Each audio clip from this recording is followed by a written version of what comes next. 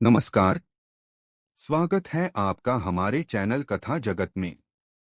आज आप सुनने जा रहे हैं देवशयनी एकादशी की कथा। बहुत समय पहले की बात है।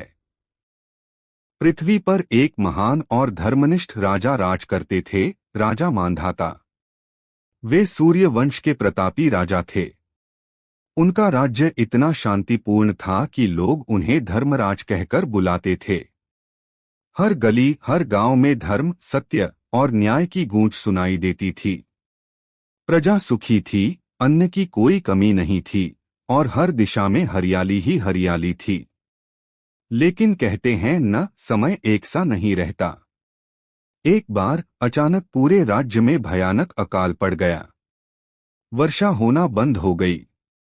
नदियां सूखने लगीं।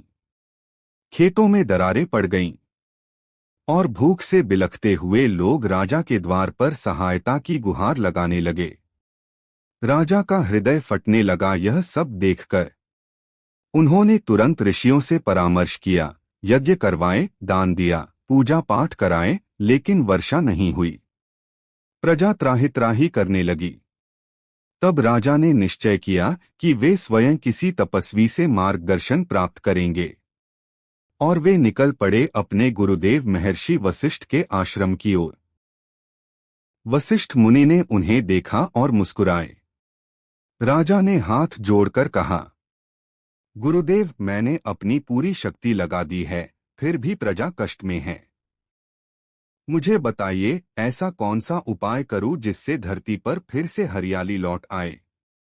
वशिष्ठ मुनि ने गंभीर स्वर में उत्तर दिया, राजन, अब केवल भगवान विष्णु की कृपा ही तुम्हारी रक्षा कर सकती है। तुम आषाढ़ मास की शुक्ल पक्ष की एकादशी, जिसे देवशयनी एकादशी कहते हैं, उसका व्रत करो। इस दिन श्रीहरि विष्णु योग निद्रा में जाते हैं और 4 महीनों तक विश्राम करते हैं।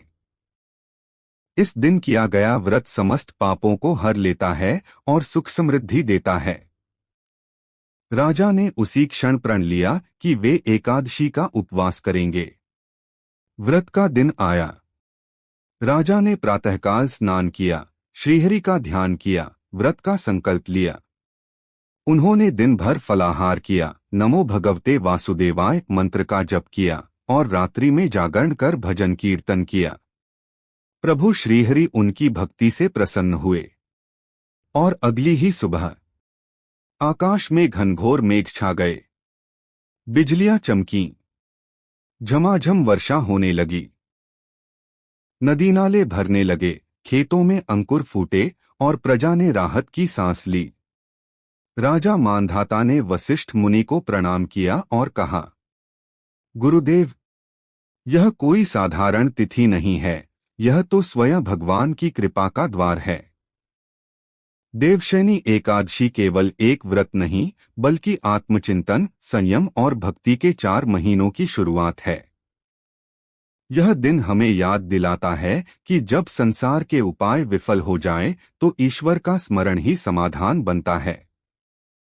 अगर यह एपिसोड आपको अच्छा, ज्ञानवर्धक और मन को छू लेने वाला लगा हो, तो कृपया लाइक करें, अपने परिजनों और मित्रों के साथ शेयर करें और हमारी इस आध्यात्मिक यात्रा से जुड़ने के लिए कथा जगत चैनल को सब्सक्राइब करें।